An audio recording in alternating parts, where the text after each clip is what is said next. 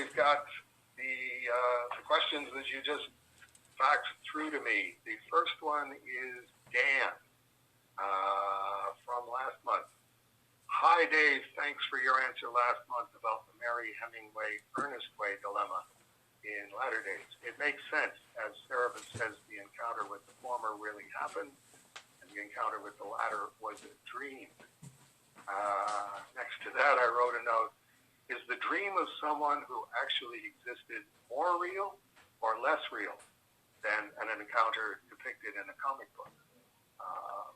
Because they're both like non-existent, but in what sense? Obviously, Mary Hemingway's dream about the war dog was very vivid to her at the time, vivid enough that she got up and wrote it down in her diary.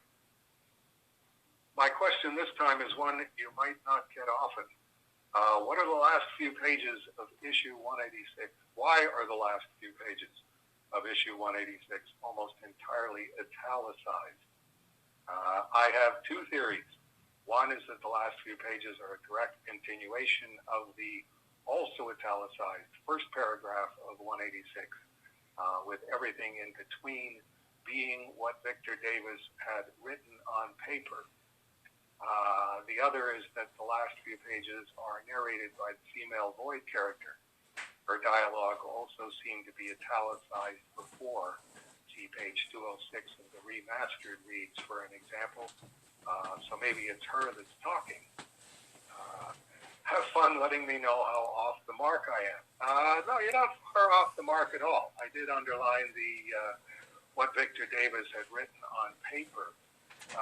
It was more that when I got to the end of issue 186, there was a distinction between Viktor Davis recounting his autobiographical experiences, what had been happening to him, and the points that he was making with them, that he saw them as reinforcing, versus Viktor Davis addressing the actual reader, having finished with the recounting, and not really knowing how to do that without changing something visually about the text. It seemed like italicizing was the best bet. Viktor Davis is recounting throughout issue 186, saying this happened and this happened and this happened, and this is why I'm telling it to you as the reader. But then when you hit that italicized portion, it's a kind of upon awakening out of the state of recounting the story into addressing the person specifically to whom you have been recounting the story. It's a changed state of being. So that's why that one was in italics. Then you wrote, it wouldn't be Please Hold for Dave Sem without a question from down Easton, Pennsylvania way. Truer words were never spoke. Hi, Dave. I noticed when you had written or talked about Alex Raymond's photorealistic inking that you never, hardly ever with a question mark, mentioned Alex Raymond's pencil skills on anything he had drawn before he had inked the pages, the strips in this case. It seems that you favor his inking over his pencil. Are there even his penciled strips that exist to compare before and after he had inked them? Not a great deal. There's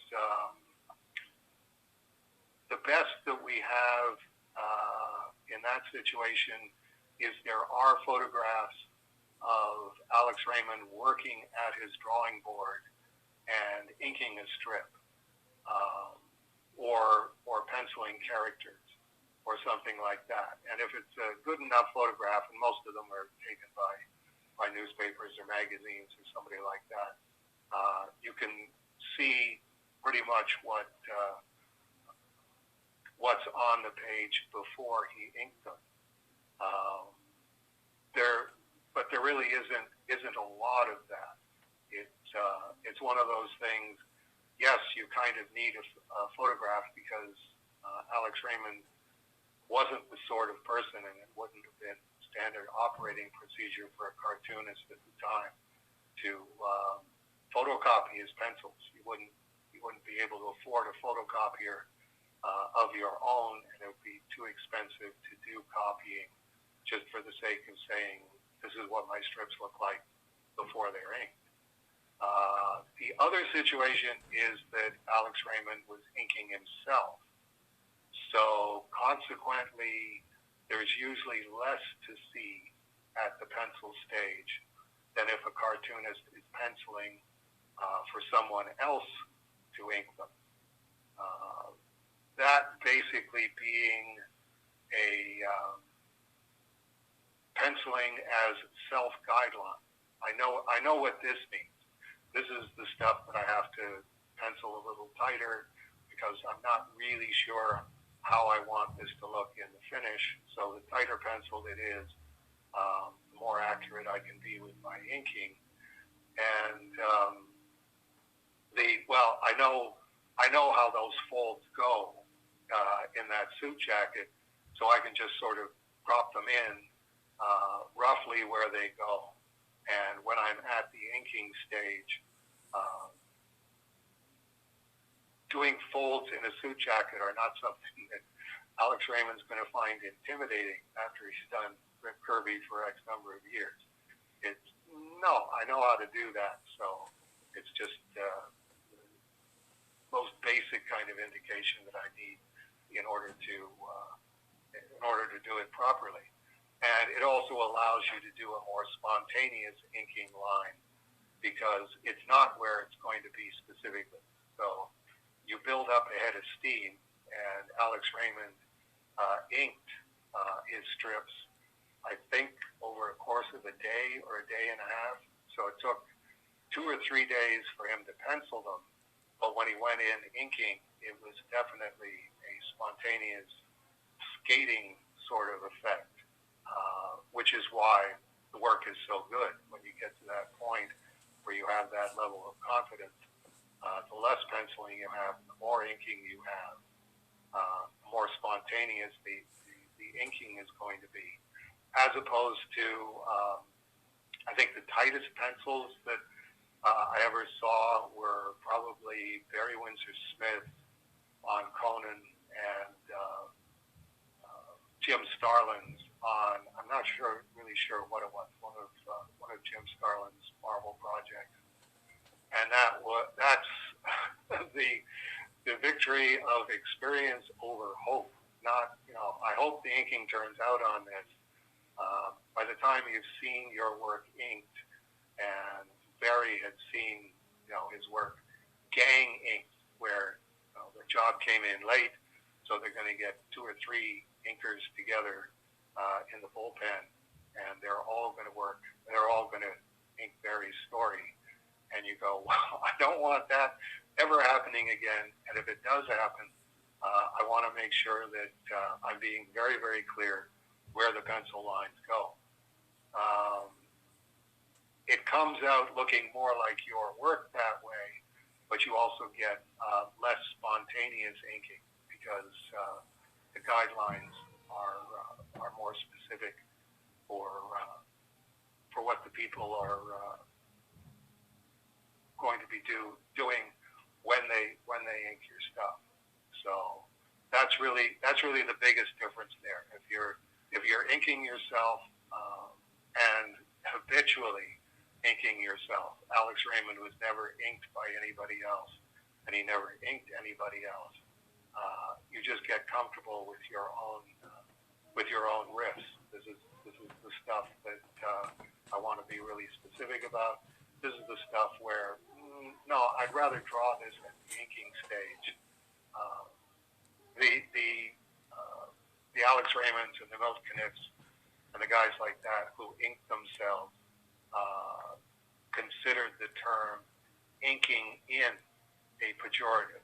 There's inking where you're inking yourself, and there's inking in where you're really just tracing over the line. And they saw that as being be and it can't be. It just it depends on who's doing it.